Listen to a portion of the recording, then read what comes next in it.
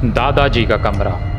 यूँ तो हर फैमिली में कुछ फर्दों की अजीब आदतें होती हैं। मेरे दादाजी भी कुछ ऐसे ही थे, कहीं भी गायब हो जाते थे। कभी कभी कुछ दिनों के बाद ही आते थे और हाथ और पैरों पर अचानक चोटों के निशान नजर आने लगते। जब उनसे पूछो तो उनके पास उन चोटों का कोई जवाब ना होता था। इन्हीं अजीब चीज़ों में से एक उनका कमरा भी था, जहाँ किसी को जाने की कोई इजाज़त ना थी। यहाँ तक कि वो वहाँ की सफाई भी खुद किया करते। एक दिन बचपन में खेलते वक्त मुझे उस कमरे से अजीब सी आवाज़ें आ रही थी। मैंने झुककर दरवाजे के नीचे से झांक कर देखा तो मुझे एक परछाई नजर आई।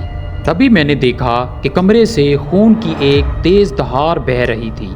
देखते ही देखते मेरे पाँव खून से भर गए और मैं छोटा था, इसलिए देख के ये सब डर गया और वही बेहोश हो गया। उठा तो माँ मुझे डांट रही थी कि मुझे धूप में नहीं खेलना चाहिए। उनके हिसाब से मैं धूप की वजह से बेहोश हुआ था। मैंने जब उनको सच्चाई बताने की कोशिश की तो दादाजी ने मुझे झुठला दिया और उसके बाद मेरे और दादाजी के दरमियान कोई बात ना हुई। सारा दिन उस कमरे को ताला लगा रहता था और किसी को भी उसके आसपास जाने की इजाज़त ना थी। कुछ अरसा बाद दादाजी चल बसे और अब हम भी पुराना घर छोड़कर शहर में चले गए थे।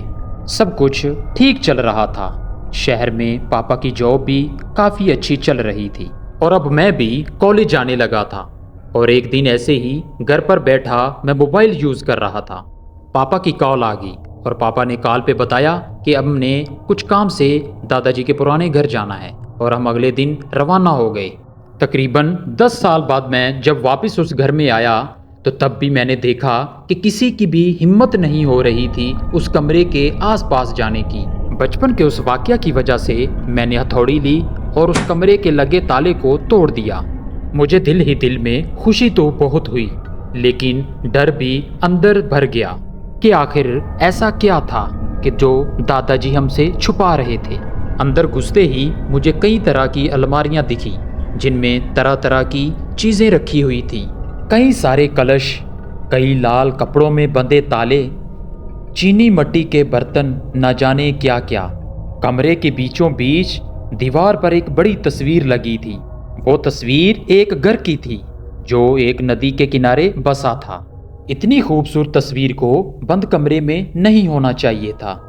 तो उस तस्वीर को मैं उतार कर बाहर हॉल में ले आया और कमरे को खुला रहने दिया। लेकिन उस रात जब मैं सोया तो मेरी आंख एक बड़ी नदी के बीचों बीच खुली। मैं वहां कैसे पहुंचा ये सोचने का वक्त ही नहीं था। पानी का बहाव ही इतना था कि मैं अचानक से डूब रहा था।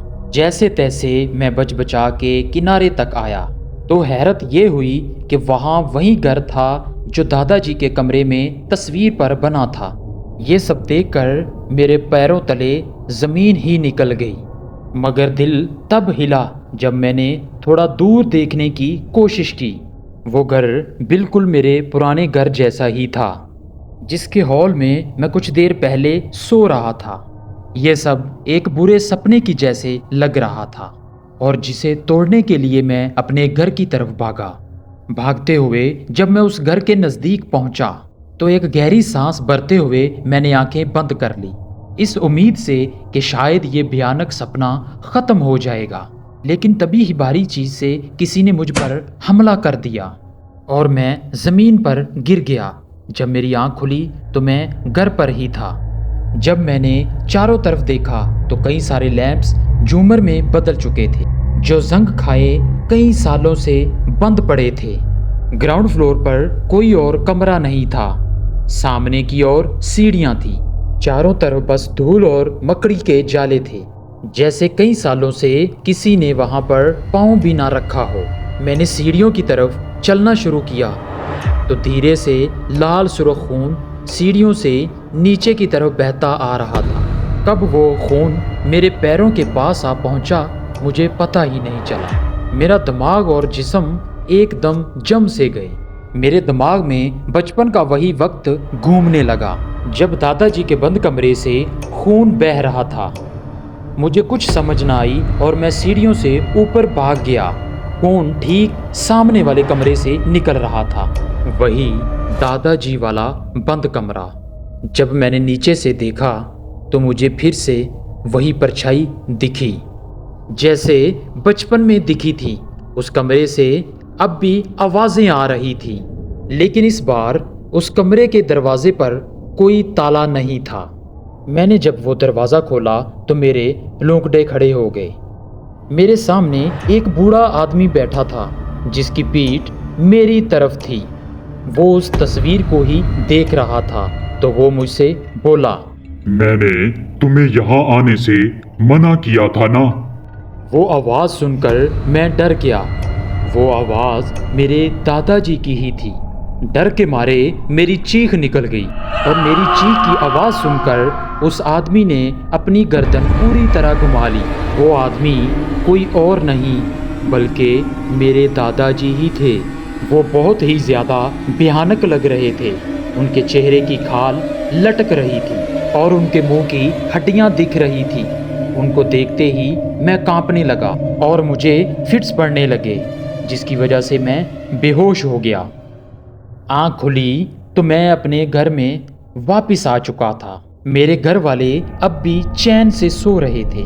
मैंने अपने पैरों को देखा तो जिन पे खून की जगह कई सारी चोटें थी और वो तस्वीर ठीक मेरी आंखों के सामने थी, दिख रही थी। सुबह होते ही मैंने उस तस्वीर को अंदर रखा और दादाजी के कमरे को बंद कर दिया।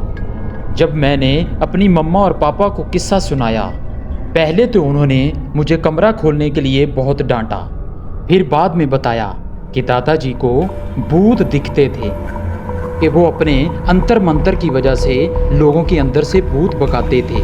वो चोटें उन्हें उसी वजह से आती थी और उसी लिए वो अपना सारा अंतर मंतर का सामान उस बंद कमरे में रखते थे और किसी को भी वहाँ जाने की इजाज़त नहीं थी।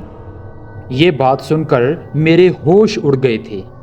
मैंने बस यही दुआ की कि आज के बाद मुझे कभी भी दोबारा भूत ना नजर आए। इस हादसे के बाद घर में यतीम बच्चों को खाना खिलाया गया ताकि हर परेशानी दूर हो जाए और दादाजी का कमरा बंद कर दिया गया।